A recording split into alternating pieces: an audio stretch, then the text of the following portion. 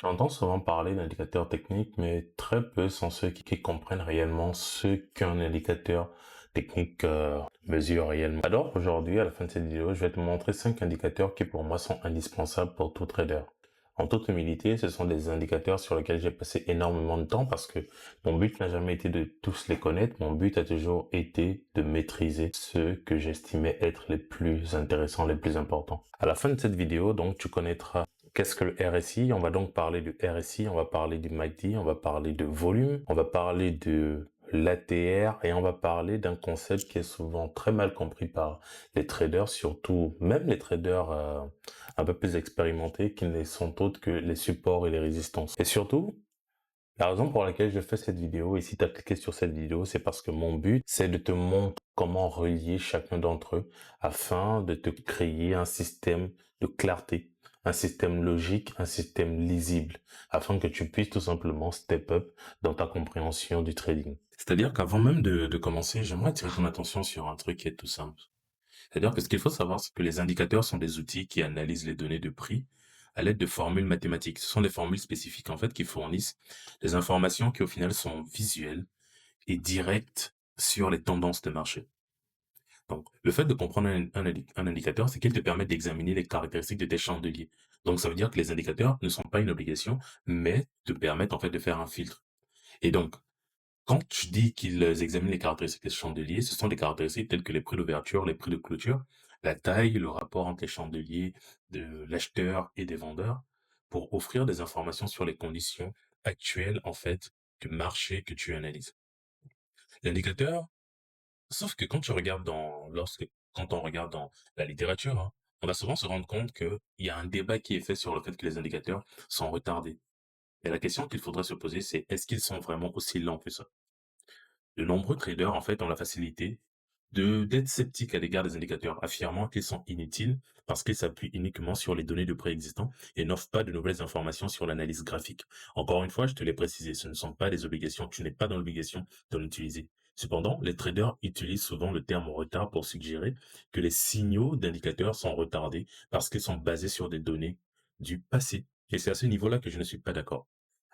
Parce que la même critique s'applique au chandelier et au modèle de graphique, le price action. Car ce que l'on peut facilement reconnaître qu'après les mouvements de prix, les informations sont réellement passées. Cela ne diminue pas pour autant le fait que l'analyse technique soit utilisée par de nombreux traders. Si un trader interprète correctement les informations graphiques, le retard est souvent dû à des traders inexpérimentés ou mal informés.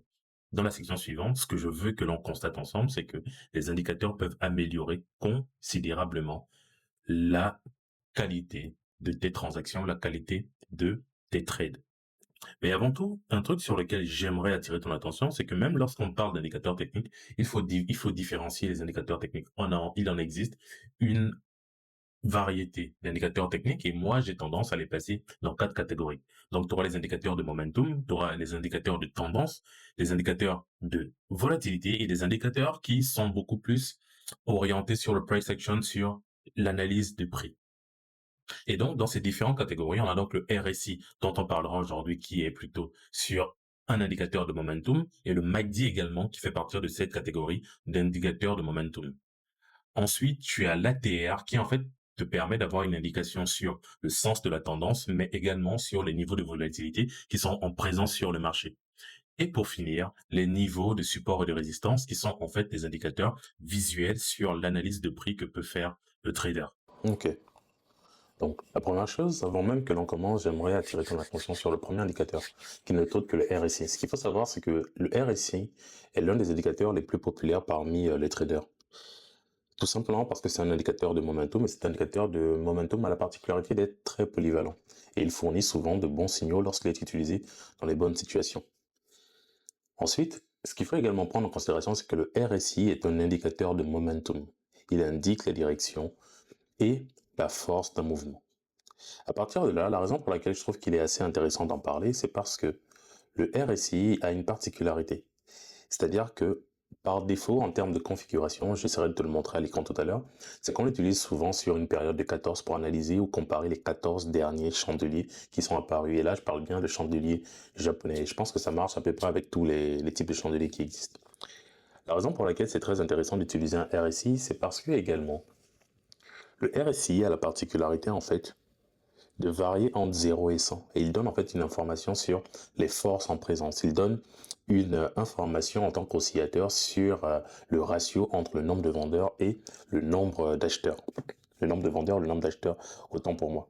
Tout simplement parce qu'il compare en fait le profit et la perte moyenne et compte le nombre de chandeliers en hausse ou en baisse, ainsi qu'une prise en compte de leur taille.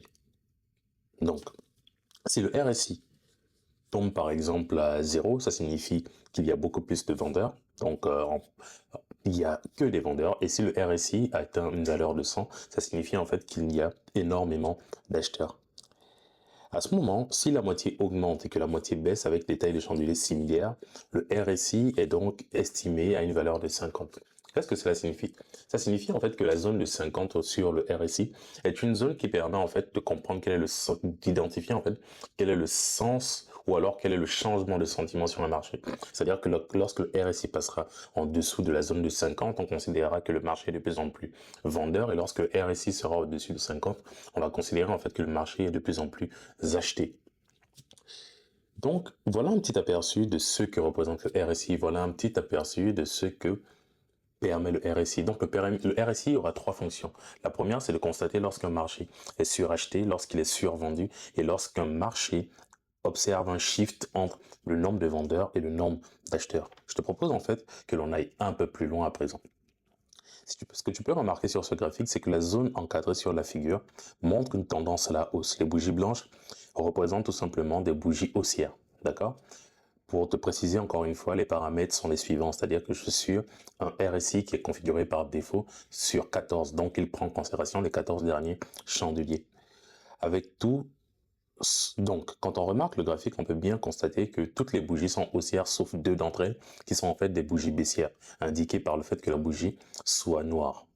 Et donc ces chandeliers montants sont pour la plupart des grands chandeliers avec des ombres qui sont très petites, des mèches qui sont très petites, et en conséquence, on a un RSI qui atteint facilement une valeur en fait qui est de l'ordre de 75, confirmant que la tendance est haussière avec un élan significatif. C'est-à-dire que plus la valeur du RSI est élevée, et plus on a une information concrète sur le sens de la tendance. Ensuite, quand on regarde en fait un autre graphique de façon beaucoup plus globale, ce qu'on peut regarder, c'est que dans la première zone qui est ici, on a une forte baisse, c'est-à-dire qu'on a une succession de bougies noires, et ces successions de bougies noires nous permettent en fait d'avoir un RSI qui est très bas avec un RSI qui est égal à 17. Si on regarde la deuxième zone, on a un RSI qui a une valeur de 70 parce qu'on a une tendance qui est haussière relativement, et qui l'est relativement de façon assez forte, tout simplement parce qu'on a un maximum de bougies qui sont haussières. Le même constat, on peut le faire en fait sur la dernière zone en fait où on a un RSI qui est à 42 parce que lorsqu'on regarde, on a une tendance qui est un peu moins claire. C'est-à-dire qu'on a autant de bougies rouges, de bougies noires, autant pour moi, que de bougies blanches dans ce cas de figure. Ce qu'il faut comprendre, c'est que le RSI te permet d'avoir des informations sur le fait qu'on ait un surachat, qu'on ait un marché à l'équilibre ou qu'on ait un marché qui est survendu. Mais l'une des plus grosses idées fausses pour moi sur les indicateurs sont les termes de survendu et de surachat.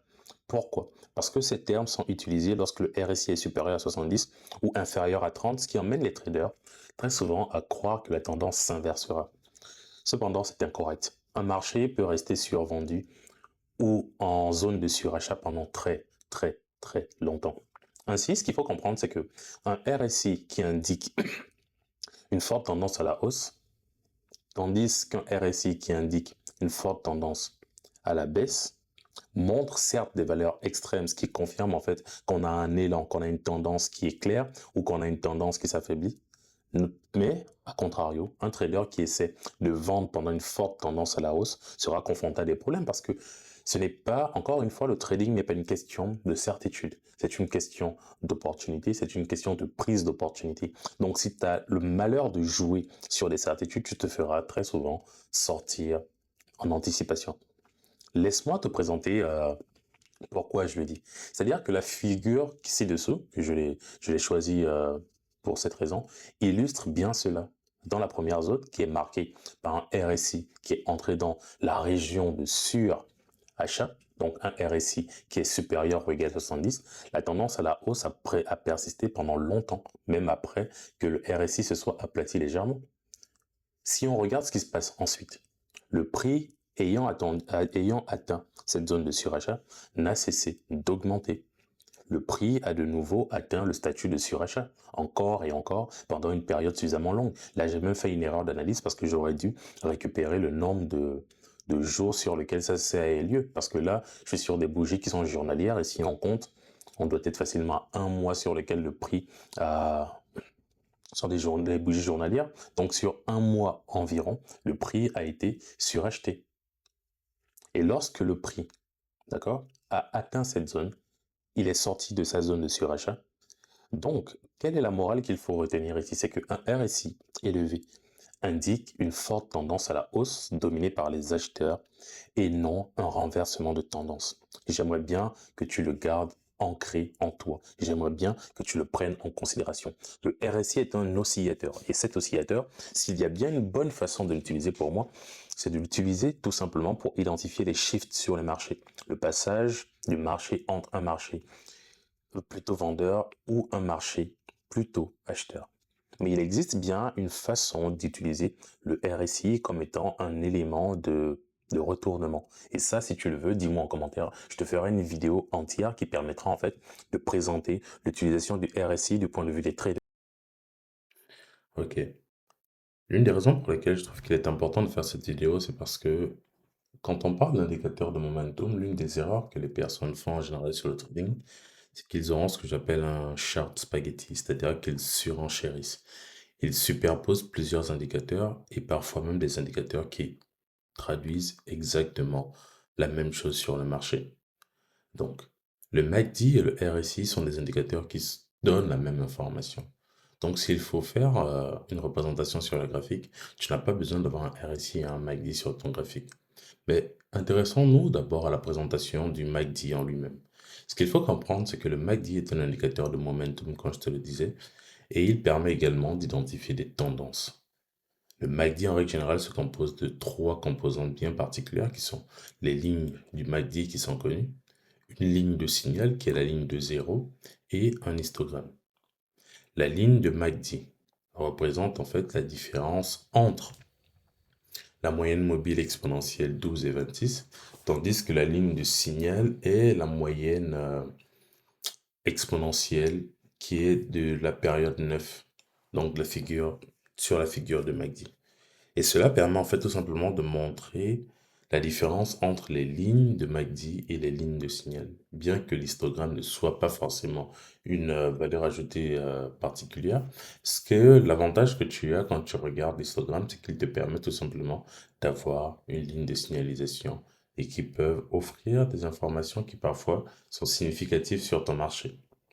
Je te propose que l'on passe à la suite et que l'on s'intéresse clairement de façon un peu plus ponctuelle, un peu plus précise à ces différentes lignes.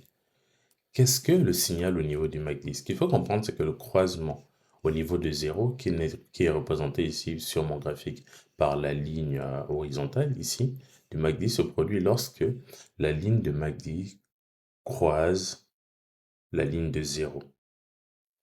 Ce que tu peux remarquer ici, avec les barres verticales, les lignes verticales rouges qui marquent le passage de nos lignes en dessous du niveau de 0. Et quand tu peux également remarquer sur le graphique, lorsque j'ai fait représenter les moyennes mobiles 26 et les moyennes 12 qui se croisent à chaque fois, je dis bien à chaque fois qu'on a un croisement entre les moyennes mobiles à courte période, donc la moyenne mobile 12 et la moyenne mobile 26, qui est la moyenne mobile de longue période dans notre cas de figure, on peut également remarquer que notre MACD ici passe au-dessus de 0, ou du moins se situe au-dessus de la ligne de 0. Pourquoi cela? Ce qu'il faut retenir de là, c'est qu'un croisement de moyenne sur les graphiques fournit les mêmes signaux que les lignes MACD, car tout simplement l'indicateur utilise ces deux moyennes. Lorsque deux moyennes mobiles se croisent, ce qu'il faut comprendre, c'est que cela signifie un changement de structure dans la tendance en cours. Si une moyenne mobile à court terme passe en dessous d'une moyenne mobile à long terme, alors ça signifie tout simplement que le prix est en train de chuter et que la structure aura plus vocation à être une structure baissière à plus ou moins long terme. La raison pour laquelle le MACD est aussi intéressant pour moi, c'est parce qu'il reste, bien que très, euh, bien que très performant, bien que très utile, il se focalise et se construit autour d'indicateurs qui sont les plus basiques possibles et qui ne sont autres que les moyennes mobiles. Et donc, cela suggère que une façon de les utiliser est donc l'identification de changements de structure, identification de changements de tendance. Je te propose qu'on aille un peu plus loin. C'est-à-dire que si tu regardes ce graphique que j'ai choisi spécialement ici, c'est-à-dire que dans la fenêtre de MACD, qui est ici, hein, lorsque les deux lignes se séparent, oui, lorsque les deux lignes se séparent, cela indique une tendance qui se renforce, car le prix actuel augmente plus rapidement que les prix passés. Plus il s'éloigne, plus la tendance est forte. Là, à la contrario, la convergence entre ces deux lignes, ici, marque généralement un ralentissement de notre tendance, un ralentissement de l'évolution des prix dans un sens donné. Pendant que les marchés sont latéraux, le MACD et les lignes de signal sont proches l'une de l'autre et fluctuent autour de zéro, ce qui indique tout simplement qu'il n'y a aucun élan sur les tendances. Ainsi, tu peux remarquer que que l'indicateur permet simplement d'identifier si une tendance est saine ou non, mais aussi d'identifier quels sont les changements au niveau des structures. Lorsqu'on est au niveau des zéros, on aura plutôt un marché qui est haussier, et lorsqu'on sera en dessous de zéro, on aura aussi un marché qui est baissier. Donc, voilà un peu pour la présentation de l'indicateur MACD. J'espère que ça a été clair et si ça ne l'a pas été, demande-moi en commentaire de te faire une vidéo complète là-dessus, complète sur le sujet et je me ferai un plaisir de te faire une version beaucoup plus avancée, beaucoup plus complète, beaucoup plus complexe sur cet indicateur parce que pour moi, c'est le meilleur indicateur avec lequel il m'a été donné de travailler. Et donc, à présent, je te propose que l'on passe à l'ATR. Comme tu peux le constater ici, quand je préparais le cours, j'étais en train de dire tout simplement qu'il existe en fait une multitude d'indicateurs. Et ce que je pourrais tout simplement faire, c'est en faire une liste non exhaustive parce qu'il en existe beaucoup trop. Il en existe une variété qui est vraiment astronomique. Et donc, pour cela, je te conseillerais toujours d'en choisir un seul, de passer énormément de temps, des années s'il le faut, pour le maîtriser. Mais pour aujourd'hui, on va juste se concentrer sur l'indicateur qui nous intéresse, qui n'est autre que l'ATR. Pour moi, l'ATR, je l'ai découvert à une période où je me faisais énormément sortir des marchés. Non pas parce que j'avais la mauvaise hypothèse dans le sens des marchés, mais parce que mes stops se retrouvaient être beaucoup trop courts. Et quand je dis que mes stops se retrouvaient être trop courts, j'ai finalement découvert qu'une façon en fait de fixer mes stops et de fixer mes take profits, c'était tout simplement d'utiliser l'ATR. L'ATR en fait permet de mesurer la volatilité. Un ATR qui est haut signifie tout simplement que ta volatilité est hausse, donc tu as un swing qui est important, là où un ATR qui est bas signifie tout simplement que tu as une baisse de volatilité ou une volatilité qui est basse. Et donc ici, je te propose simplement que l'on aille directement sur des graphiques. Regarde ici. Voilà si tu as envie de reproduire si tu envie de reproduire les paramètres que j'ai, voilà les paramètres d'ATR que j'utilise. Tu as juste à taper dans tes indicateurs ATR Bands et tu auras la possibilité de sélectionner cet indicateur tout simplement. Moi, je suis sur une période de 2 et avec un trade scale en fait qui est de 1,5, donc un facteur multiplicatif sur mon ATR qui est de 1,5. Comment je l'utilise? Supposons par exemple qu'ici, j'ai envie de continuer, changer de symbole. Ce que je vais faire, c'est que je vais faire ça et ça. Donc, supposons par exemple, rester, je reviens ici. Ouais, je vais revenir, commencer à nouveau. Je reviens ici. OK. Supposons par exemple que je sois sur cette position que je sois sur le Bitcoin et que je me rende bien compte en fait que, OK, dans le contexte actuel, j'ai envie de prendre une position qui est vendeuse. À ce moment, lorsque je vois apparaître cette bougie baissière qui est significative, surtout que je suis sur un niveau qui me semble intéressant, donc oui, je suis bien dans ma zone de Fibonacci qui m'intéresse, mais on va pas s'appesantir là-dessus. Mais supposons que je décide tout simplement de prendre une position. À ce moment-là, je placerai tout simplement ma position de cette façon. Ce qui m'intéresse, moi, en fait, c'est de prendre une position qui se trouve vraiment en dehors de la zone de volatilité. La zone de volatilité, c'est tout simplement la zone la plus probable dans laquelle, le range le plus probable dans lequel le prix peut varier, peut osciller. Donc, pour être en dehors de cette zone-là, je viendrai tout simplement placer mon stop au-dessus de la valeur la plus élevée de la volatilité. Et comme naturellement, je vais targeter un facteur de 1, 2 minimum, si ce n'est 4. À ce moment-là, j'ai juste à laisser plier et on voit ce qui se passe. Donc, moi, je l'ai découvert réellement lorsque je voulais arrêter de me faire stopper, lorsque je voulais avoir des stops qui sont beaucoup plus protecteurs. Et je pense que tu peux également l'utiliser tel quel. Voilà pour le TR. Je te propose que l'on passe au dernier indicateur.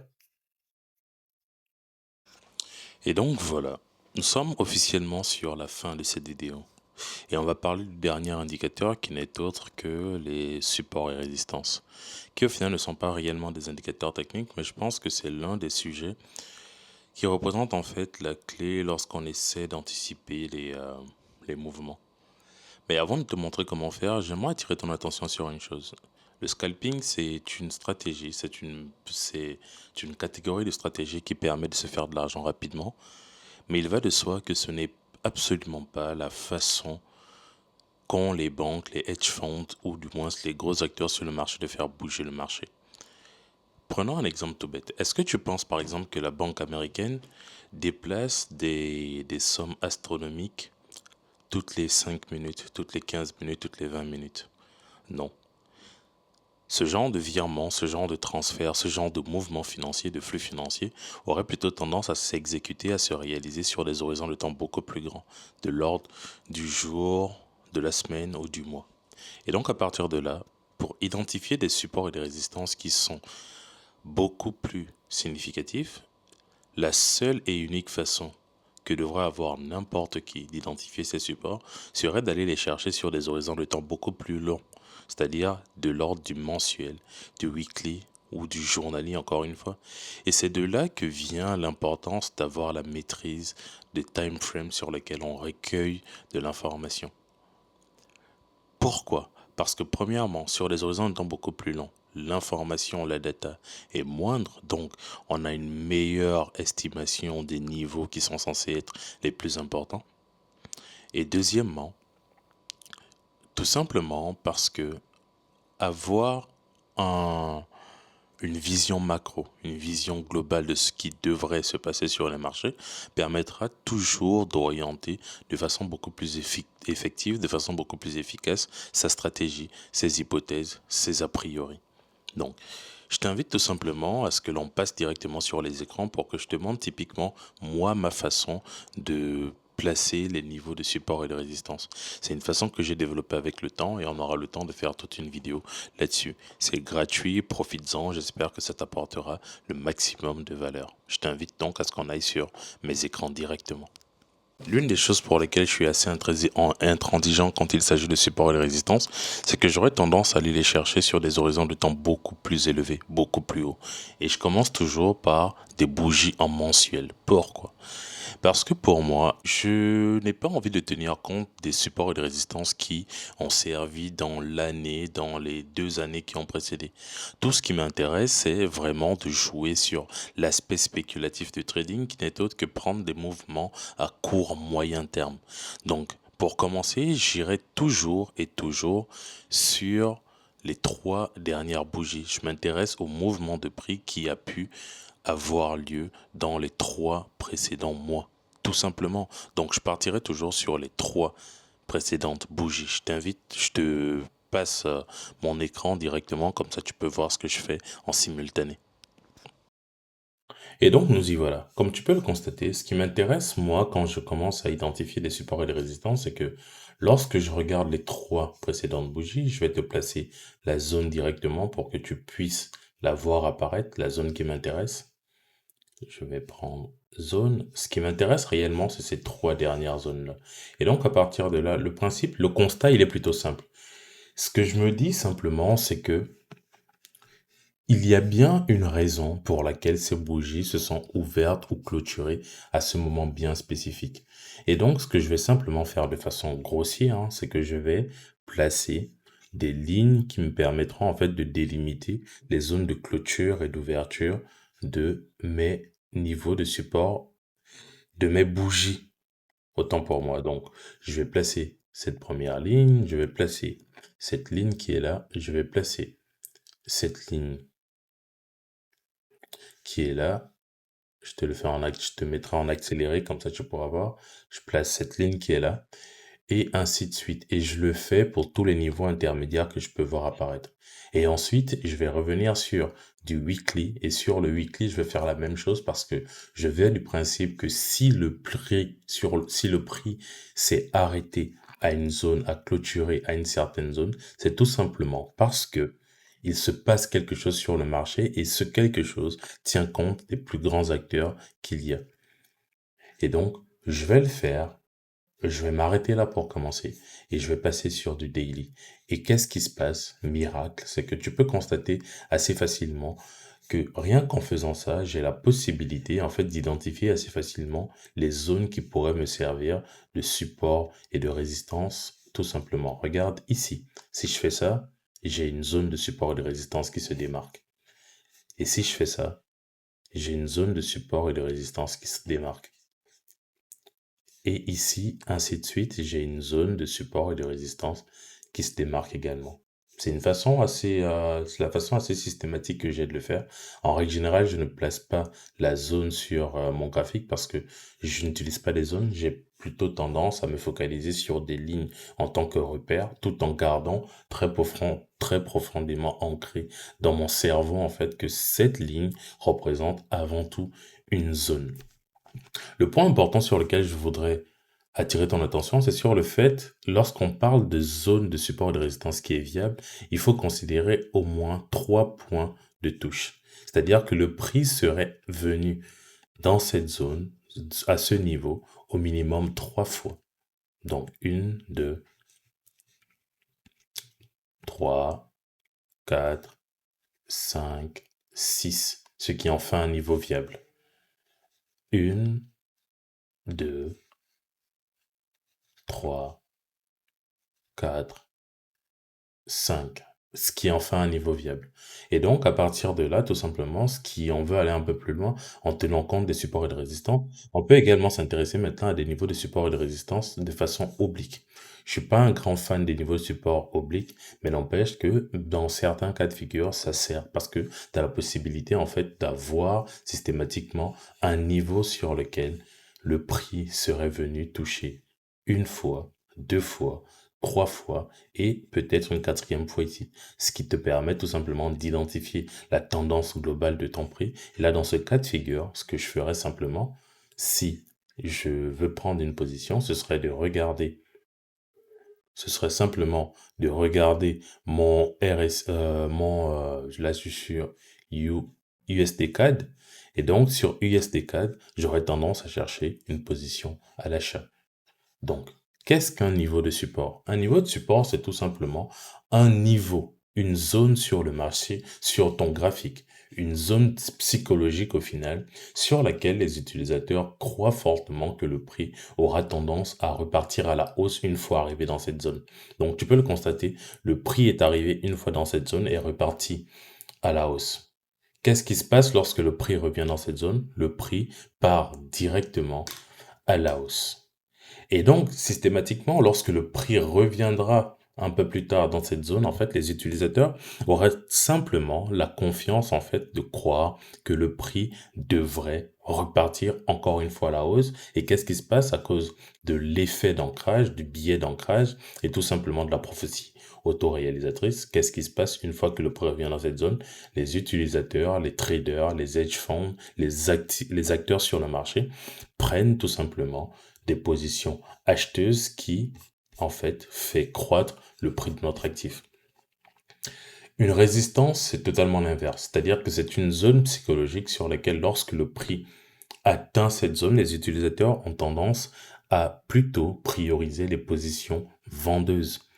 À ce moment, tu te rends bien compte que support et résistance, c'est quasiment la même chose, à la seule différence près que lorsqu'on est sur un niveau de support, il faut prioriser les positions acheteuses, et lorsqu'on est sur un support, lorsqu'on est sur un niveau de résistance, il faut prioriser les positions vendeuses. Un point important qu'il est important de prendre en considération, c'est que tu peux constater qu'ici, cette zone, elle a servi de support, alors qu'ici, elle a servi de résistance. Pourquoi? Parce qu'on observe généralement une sorte de polarité sur ces zones. C'est-à-dire que lorsqu'un support est cassé, lorsqu'une résistance est cassée, elle a tendance à se transformer en sa contraposée, en son effet inverse. Tu vois ici, on a cette résistance qui a été brisée par le prix et qui a été retestée, et cette résistance est devenue un nouveau support. C'est tout pour cette brève présentation des niveaux de support et de résistance. Si tu as des questions, si tu as envie de plus de clarté, n'hésite pas à me les poser en commentaire. Je réponds à toutes les questions normalement et assez rapidement. C'est tout pour cette vidéo. Je t'invite à regarder cette vidéo qui va s'afficher quelque part sur la droite là, qui te permettra en fait de découvrir comment apprendre à faire du trading sans risquer de l'argent, sans perdre un seul centime. Et crois-moi, ça en vaut le coup.